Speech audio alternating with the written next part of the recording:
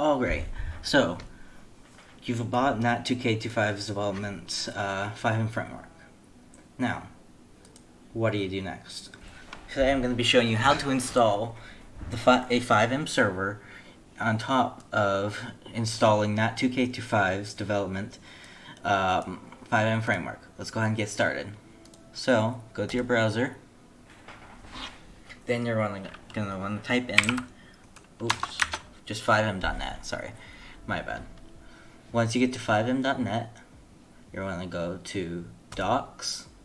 Once you get to the docs, you're going to want to scroll down and press on getting started. So I'm going to assume that you're going to be installing this on a Windows VPS or your own computer. So now what you're going to want to do is download and install the Visual C++ Redistribute 2019 or newer. In this case, it already has it, so you're going to want to click it and download it. In my case, I've already downloaded it. Now, you're going to want to install it on your computer or VPS. In my case, I already have it installed.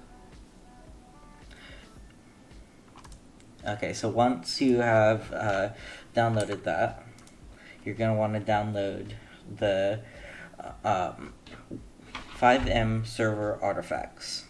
So now what you're going to do, I'm just going to get this on my VPS so it's a little bit faster. You're going to want to download the artifacts. So you click on this link, go to artifacts folder, then you go to the artifacts and download the latest recommended. This is very important.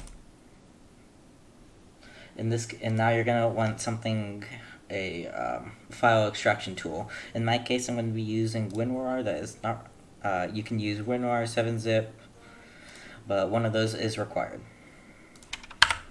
So you're going to want to open this. Oh, okay, just ignore that. Once you have opened it with either WinRAR or 7-zip, you're going to want to extract it. In this case, I'm going to do it on my desktop. You're going to want to create a new folder. And this folder can be anything you call, but anything you want. In this case, I'm going to call it FX server. Then you want to click OK. It might take a little bit.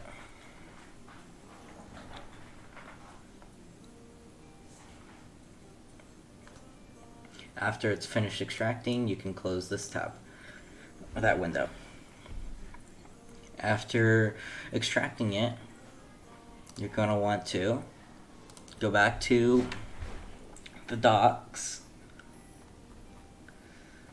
Now, you can just ignore this. Right here, scroll all the way down. Now, you're going to want to clone the server data for 5M. In order to clone it, what you're going to want to do is download something called Git.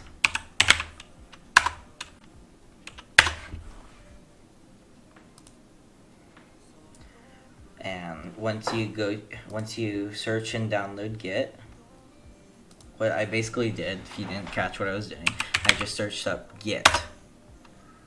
And it's the first one.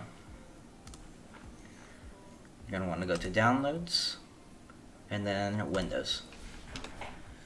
And in my case, it already automatically downloaded. You're going to want to open the exe. Let it run. Click Next. Next. That's all fine. Click Next. Click Next. Click Next. Click Next. Just keep clicking Next. Once it finishes installing, let's not view the release notes. Now you're going to want to go to your FX server folder or wherever you had it, and you're going to right click inside the folder and then bash here. Once you're in here, go back to your browser and copy this. Once you've copied it, you're going to go back to your desktop and the git bash window here. Now you're going to want to paste it and then click enter. It should create a folder called server data. This is where all your resources and stuff will go. So now, what you're going to want to do is go back here, and you're going to want to make a server.cfg file. To do that, you're just going to go ahead and create a new text document. Now we're going to just title it server. Oh, you're going to want to open and then file, save as, all files, .cfg.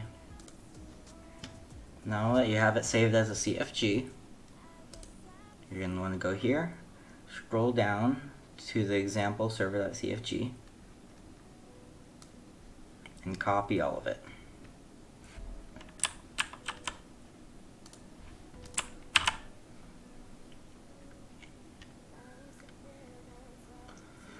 Okay, once you have done that, once you have all this, go ahead and configure this.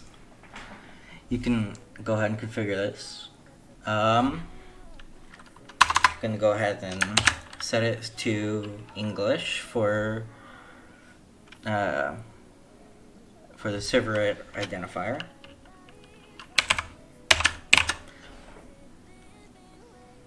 And that doesn't really matter. Now, you're gonna need a server license key. And to do that, you're gonna want to go to this link, and it's gonna ask you to sign in. As you can see in here, I'm already signed in onto my 5M on here. You're going to want to fill out the verification.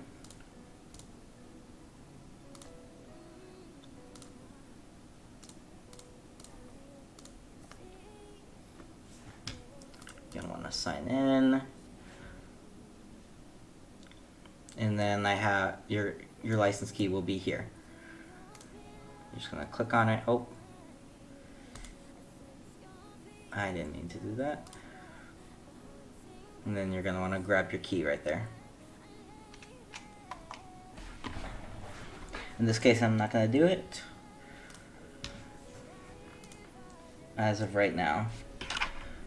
Now you have all this set up. So yeah, go ahead and save that. You can go ahead and delete this text document.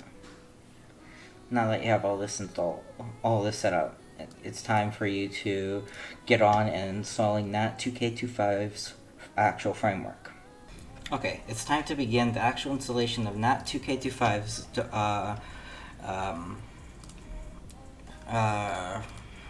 5M framework. You're going to need a few things. One being Exampt, Apache, plus Merida, plus PHP, plus Perl. It's a program that we're going to be using to store information for the 5M framework. You're going to go ahead and download it for Windows. You can just search for Exampt on Google or in your browser. The website is apachefriends.org. Once you have downloaded that, you're going to need something called 5M MySQL Async. It should bring you to a GitHub page. Once you have downloaded both of them, you're going to want to go ahead and open up your file browser and go ahead and start running the Exampt installer, as it's going to take a while. In this case, I've already started on it, and it's been installing for the past 4 to 5 minutes. Okay, once you have all this installed, I'm going to assume by this point you already have your FiveM server set up. So you're going to want to go to your resources and open up your framework. The framework with your file extraction tool. In my case, it's WinRAR. So we're going to go ahead and start configuring the core framework. So go ahead and drag and drop it, the core framework folder, into your resources. Double click into the folder, and we're going to start editing the main config Lua file. Go ahead and open it with a code editor. In this case, I like using Visual Studio Code.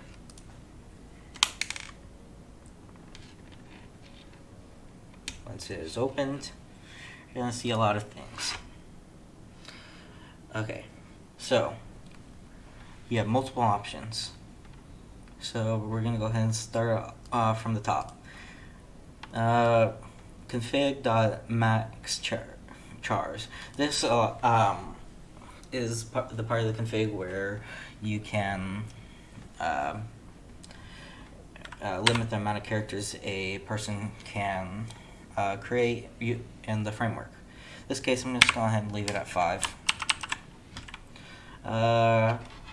Don't touch this line, as said here. You can disable or enable version checks. I like to keep it enabled so that way I know if I have to update or not. Welcome message. This is whenever you load into the framework and you see a little message on the top. Right now it says welcome to NAT 2K25 framework. I'm going to go ahead and leave it like that. So now, AcePerms. This is AcePerms or Discord AcePerms. This is what allows you to use certain things in the framework. So I'm going to go ahead and show you how to use AcePerms first before you do Discord AcePerms. So if you want to use actual AcePerms, you're going to want to set use Discord to false, and you can go ahead and ignore all this. Now you're going to want to head to your server.cfg and open it. Now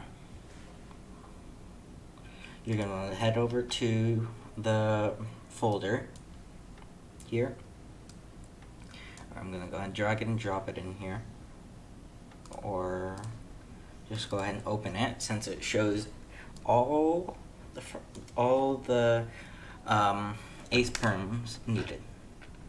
So now what you're going to want to do is you're going to add the AcePerm for every single thing that you want. So I'm just going to go ahead and start from the top. Framework.lspd. So say like you have a group called LSPD, and you already have all your scripts set up just so it automatically adds the LSPD group to them. So what you're going to want to do is you're going to want to do add _ ace group dot, let's just say you already have a group called LSPD.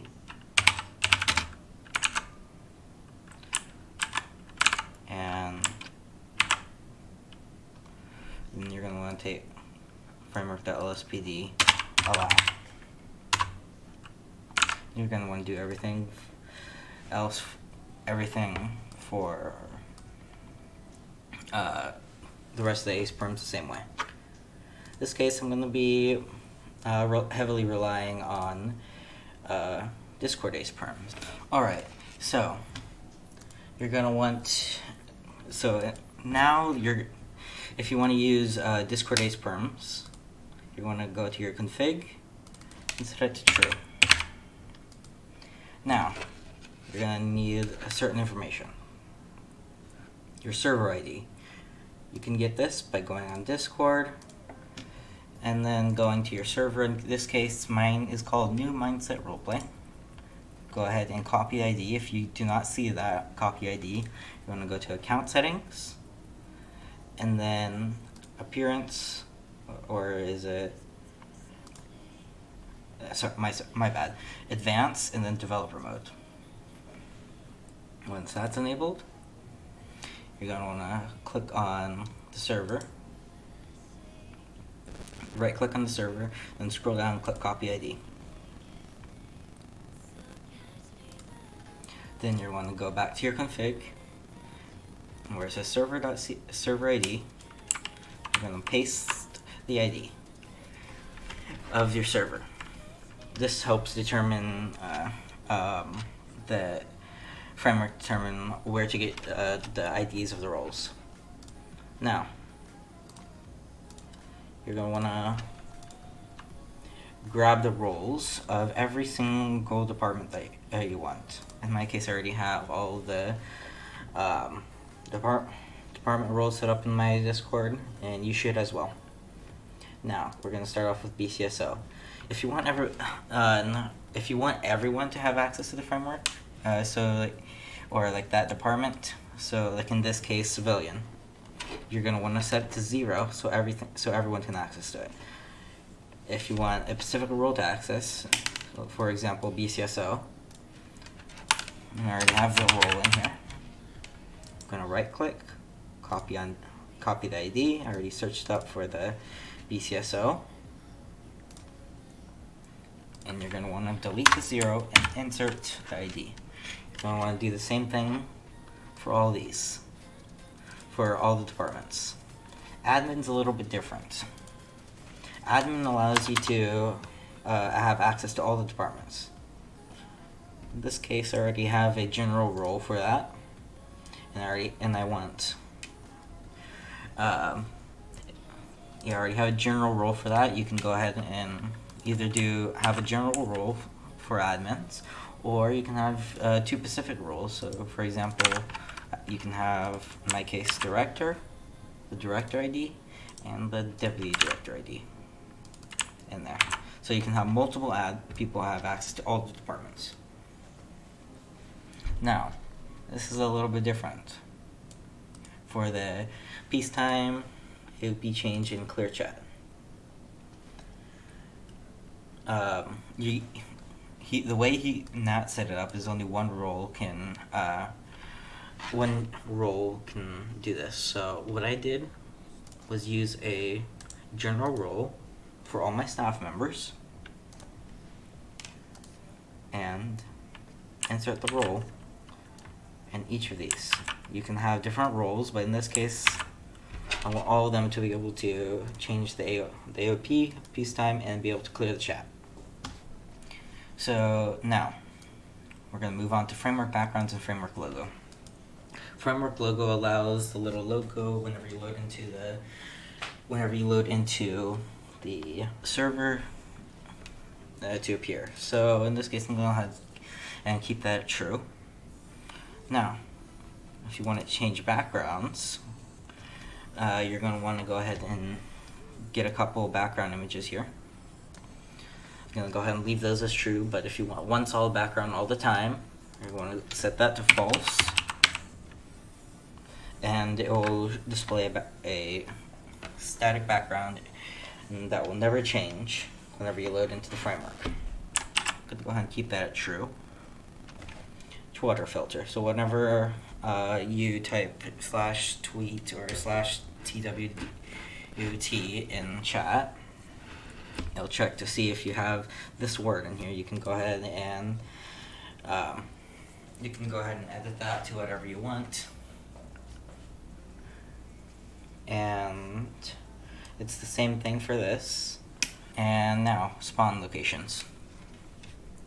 I like to keep this the way it is because I already found some good spawn points, but you can go ahead and add them on, add any other spawn points you want by just copying that line, pasting it, and then editing the coordinates in the label. Now, shot spotter. The shot spotter is the thing that allows you to see wherever shots are fired, and it'll display in the chat where it is, and will, for a certain amount of time, display a little blip on the map where, in the general area, the shot was fired. So you can go ahead and set to true or false. If you want it enabled, you're going to want to set to true. If you want it disabled, you want to set it to false. So in this case, you don't want it spamming over and over again, right? So he implemented a way to delay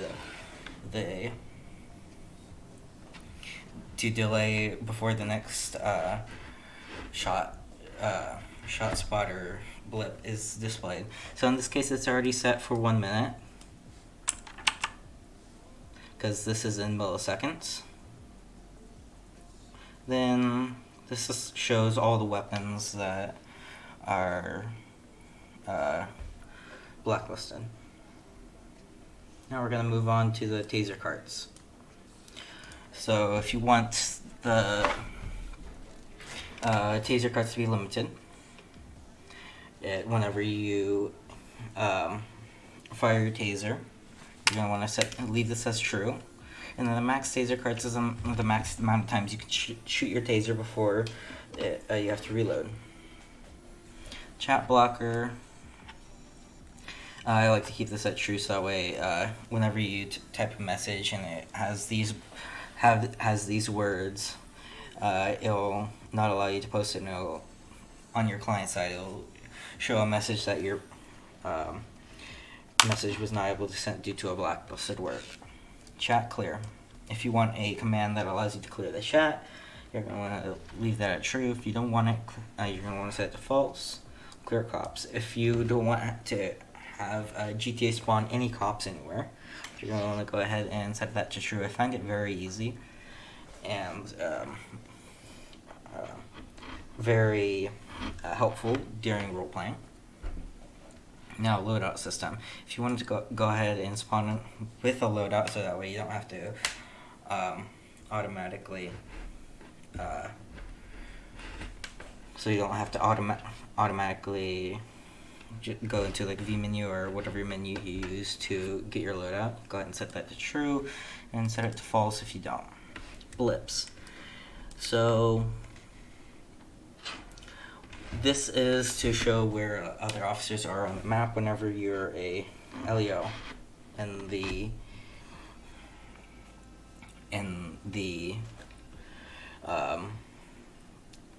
game. I would go through all this, but I do not have all day. So we're gonna go ahead and skip all the way down to Discord Rich Presence. Rich Presence, Rich Presence shows, for example, whenever you're like playing a game or something. So the client ID. To get your client ID, you're going to want to go to, open a new tab in your browser, discord.com/developers. Go ahead and create a new application. Just going to go ahead and call it testing 5M. Once you have gotten it, you're going to go to the OAuth 2 and grab the client ID here. Should say that it copied. Then you're want to paste it in there. Now for icons, you can upload them in the Rich Presence section. I do not have any icons in here, but it has to be exactly how the name is. So now, once you have done the same thing here, you can configure the text you want. Now, if you want it to show that you're playing, go ahead and set that to true. If you don't want it, set it to false. These are little buttons that are displayed in your Rich Presence. You can change up the text and links and whatever. So now, go ahead and just save that. And Now you've configured the main Lua. Now, you're going to want to go to the config_server. Go ahead and open that. Now, this is where it's very important that you follow this. So, the bot token. This is the bot that allows you to fetch information from your server. You're going to want to create a bot with your new application. Go ahead and create it. Now that you have created your bot, it should come with a token. Go ahead and copy that. Then you're going to want to fill in this with your bot token. Next, you're going to want to get a webhook. So you're going to go ahead and just go into just a random channel and go ahead and edit the channel. Go to integrations, webhooks, go ahead and create a webhook. Then go to the webhook URL and copy it. Once you have gotten the URL, you're going to want to go into the webhook, click paste. Now you're done there. Now if you want like a specific logo or something, you can go ahead and click, you can go ahead and insert the URL to the logo. In this case, I'm just going to go ahead and put our logo.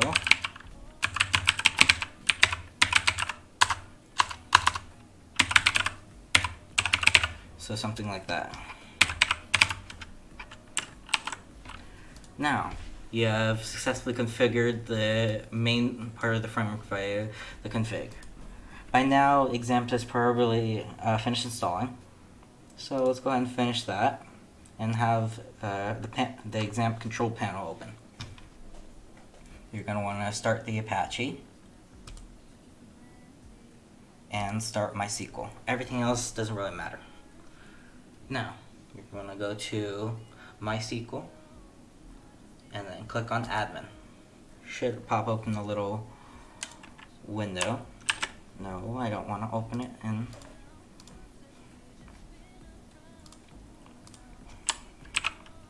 Should pop open a little window.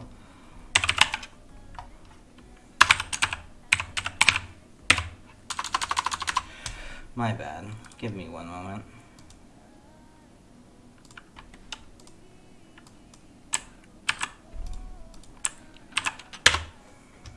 Should pop open a little window looking like this. Now, Nats already made made this process very simple for you. So now you're going to go to import, browse, documents, or wherever you extracted your framework folder. Oh, my bad. It's going a little too fast. And you're going to want to import the SQL.SQL file. Go ahead and open it. And once it is selected, you're going to click go down here.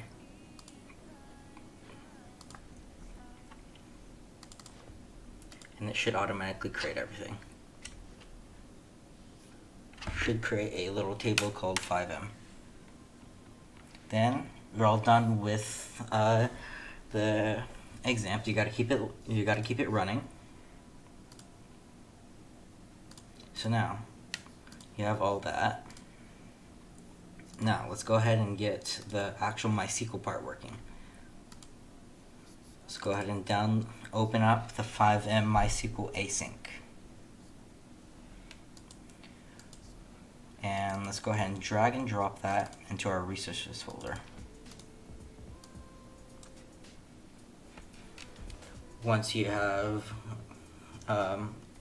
dragged and drop it, go ahead and rename it to MySQL async.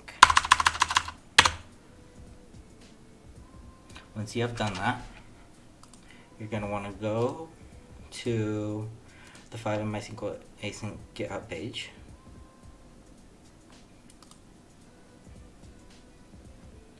And go ahead and go to this link for the documentation. Now you're going to want to go through the process of this, of being able to connect to the database. So now you're going to want to configure your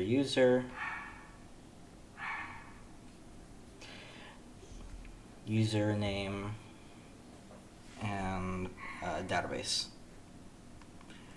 Once you, and it should show up with everything that you need to copy. And then you want to go to your server data and open up your CFG file, your server.cfg, and paste exactly what you have in there into your server.cfg.